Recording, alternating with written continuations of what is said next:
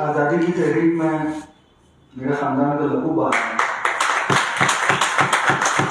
میرے والد کا سگا چاچا جنگ آزادی جدید بلوچستان کا شہید ہے اور اس کا نام شہداء کی فہرست میں یادگار شہداء سرحدوں پہ درج ہے۔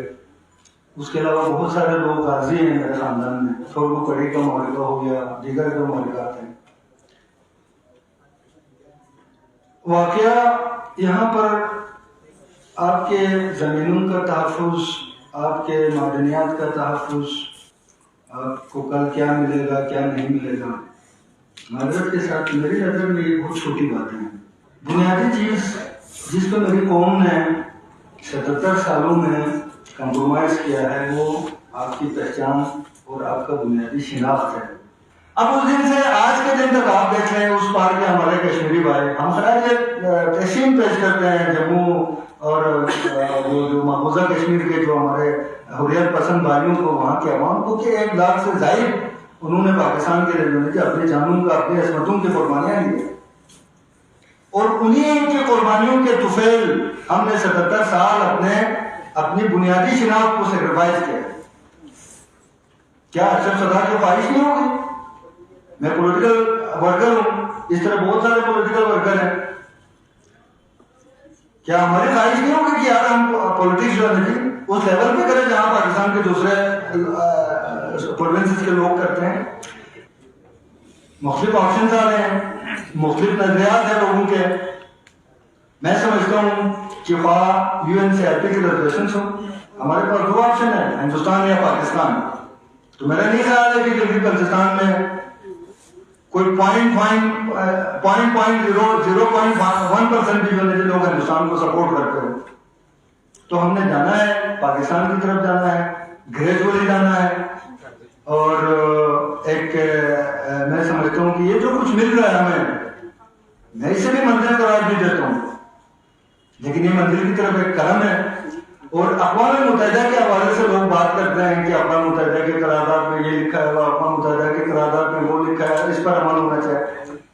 میں پریس کلب جو نیشنل پریس کلب ہے اسلام آباد کا، میں اس کے اندر بیٹھ کر آپ لوگوں کو یہ بتاتا ہوں کہ ہمارے مسئلے کا اگر کوئی ذمہ دار ہے تو اس میں سے سب سے بڑا ذمہ دار اقوام متحدہ ہے۔ 77 سالوں سے کیوں نہیں کراتے وہ اپنے قراردادوں پر عمل کرائیں گے، رائے شماری کریں۔ کیا میر کیا سرحد بیمار ہوئے جس کے سبب اسی اطار کے لوگے سے دوا مانگتے ہیں؟ آپ کس سینس میں کہہ رہے ہیں کہ اقوام متحدہ پاکستان کو سپورٹ کرے گا یا کسی اسلامی ملک کو سپورٹ کرے گا؟ وہ تو بڑی طاقتوں کی لونڈی ہے اقوام متحدہ، اور ہمارے کچھ ناکام دوست گلگت بلتستان کے اندر بیٹھ کے بڑی امیدیں لگا کے بیٹھے ہیں اقوام متحدہ سے۔ کیا اقوام متحدہ مزید 100 سال لگائیں تو گلگت بلتستان کی یوتھ جو اپنی شناخت مانگ رہی ہے، کیا وہ ٹولریٹ کرے گا مزید 100 سال گلگت بلتستان کو شناخت کے بغیر؟ میرا نہیں خیال ہے۔ میں پولیٹیکل ورکر ہوں، اپنی نئی نسل کے اندر رہتا ہوں، انٹریکشن رہتا ہے یوتھ کے ساتھ ہماری۔ یوتھ کا اس وقت سب سے بڑا مسئلہ یہ ہے کہ وہ اپنا آئینی شناخت مانگتا ہے، اور آئینی شناخت الٹیمیٹلی ہمیں ہندوستان نہیں دے گا، پاکستان دے گا، اور ہم نے پاکستان سے لینا ہے۔ میرے نزدیک، ہماری جماعت کے نزدیک 1948 سے اب تک جتنے لہو میری گلگت بلتستان کی قوم نے ریاست پاکستان کے لیے بہائی ہے،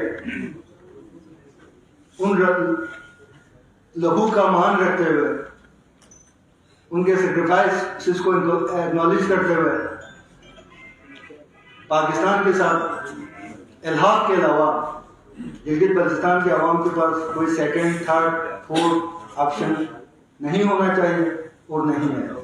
منزل جب ساتھ ہو تو جدا کیوں ہو راستے، میں اپنے ساتھ لے کے چلوں گا رقیب کو۔ آپ سب کا بہت شکریہ۔